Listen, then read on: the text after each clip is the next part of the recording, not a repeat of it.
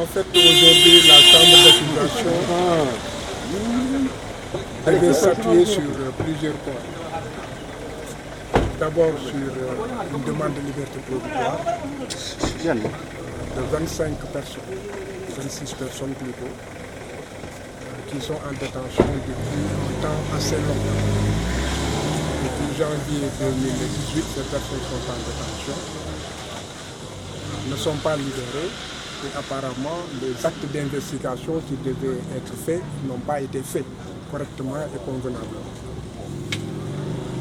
Nous avions demandé aussi, et cela participait de l'exigence d'un procès équitable que nous poursuivons, l'audition de témoins, la confrontation avec certains co-inculpés et éventuellement la confrontation avec des témoins que nous avions désignés et qui peuvent aujourd'hui apporter la contre-vérité de la vérité supposée établie par l'enquête de gendarmerie. Et là, nous prenons la responsabilité de dire que cette enquête de gendarmerie est une véritable arnaque. Il n'y a pas eu d'enquête. Il s'est contenté de ramasser des innocents, des membres d'une même famille, et même des personnes qui n'étaient pas sur Ziguinchor au moment des faits, pour en fait les impliquer dans une tuerie.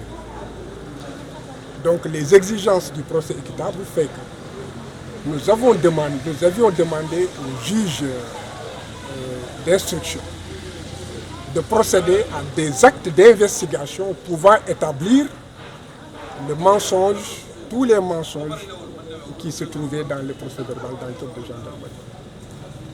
Pouvant établir et apporter la preuve avec des alibis de la non-participation de personnes à ces événements. Alors le juge d'instruction a tout bonnement refusé d'écouter des témoins qui constituaient des alibis, d'écouter des personnes ou des autorités qui pouvaient apporter la preuve de ce que telle personne ne pouvait pas faire partie de cette tuerie. Et là, nous prenons aussi la responsabilité de dire que nous demandons à ce que publiquement que le juge d'instruction entende Bachir, qui était le directeur de la RTS, et qu'il entende aussi le chef d'état-major de l'armée sénégalaise actuelle, qui à l'époque, effectivement, pouvait connaître des faits précis pouvant innocenter des personnes qui aujourd'hui sont injustement condamnées. Nous avions aussi demandé des expertises qui allaient établir que l'enquête de gendarmerie toujours participait d'une arnaque et non pas d'une enquête judiciaire ou policière. Le juge d'instruction aussi a rejeté. Et figurez-vous qu'aucun acte d'investigation n'a été fait en dehors des auditions des parties. Même la reconstitution des faits n'a pas été faite.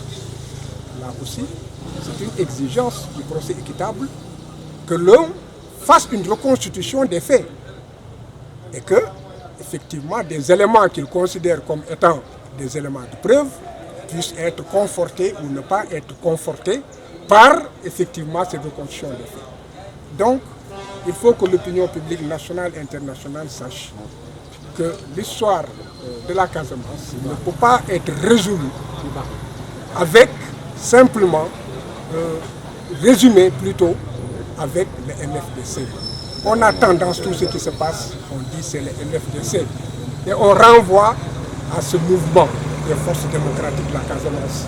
Et beaucoup d'innocents ont fait effectivement les frais de ces errements, de ces confusions et de ces mensonges.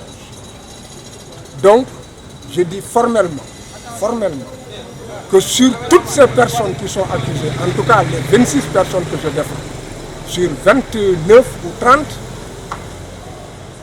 ces 25 personnes ne savent même pas ce que c'est que le MFDC. Et pourtant, on essaie de faire comprendre à l'opinion internationale que c'est le MFDC qui a envoyé des tueurs, des gens qui ne savent même pas ce que c'est qu'en fait une cartouche. Quand je leur parle de cartouche, ils me disent que c'est un fusil. Quand je leur parle de fusil, ils me parlent de cartouche.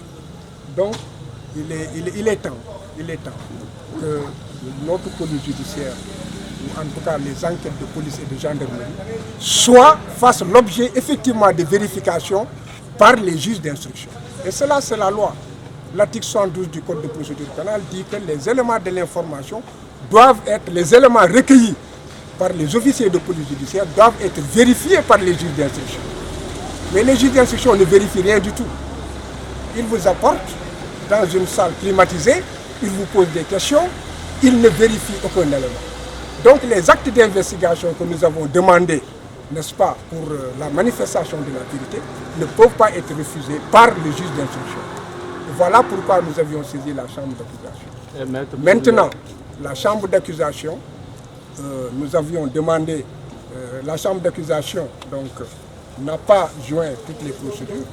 Là, nous avons demandé qu'on renvoie la demande d'expertise, d'audition et de confrontation de témoins à une date pour nous permettre encore de renforcer notre dossier. Parce que notre but, c'est de convaincre la chambre d'accusation de ce qu'il n'y a jusqu'à présent pas d'enquête réelle et qu'il faudrait que tout soit fait dans les règles de l'art et que l'on parte résolument vers des investigations pour la manifestation de la vérité.